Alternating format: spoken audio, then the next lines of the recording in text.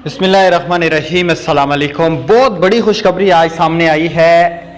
आज जिन खवातीन को 8171 पोर्टल पे ये वाला स्टेटस अगर तारीख दिखाई दे रही है कि आप फलां डेट को सर्वे कराएं, यार उन खवातीन की तो पेमेंट आई हुई है।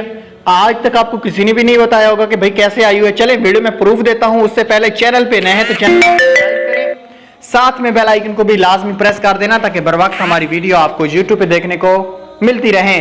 चले शुरू करेंगे आज की इस वीडियो को। 8171 पोर्टल पे अगर आपको भी ये स्टेटस आ रहा है कि आप फलां डेट को जाके सर्वे कराएं तो भाई आपकी पेमेंट आई हुई है। ये देखें, ये एक प्रूफ देख लें भाई, आईडी कार्ड नंबर देख लें, 580 आता है लास्ट में, और यहाँ पे भी देख लें 580 आता है।